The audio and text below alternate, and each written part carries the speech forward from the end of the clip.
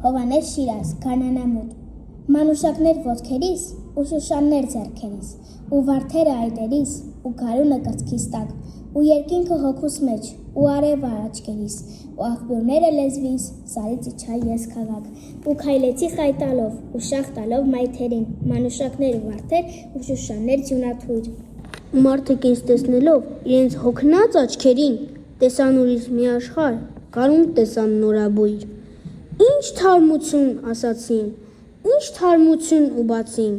լուսամուտներն իմ առջև, ու ես իմ սիրտը բացել։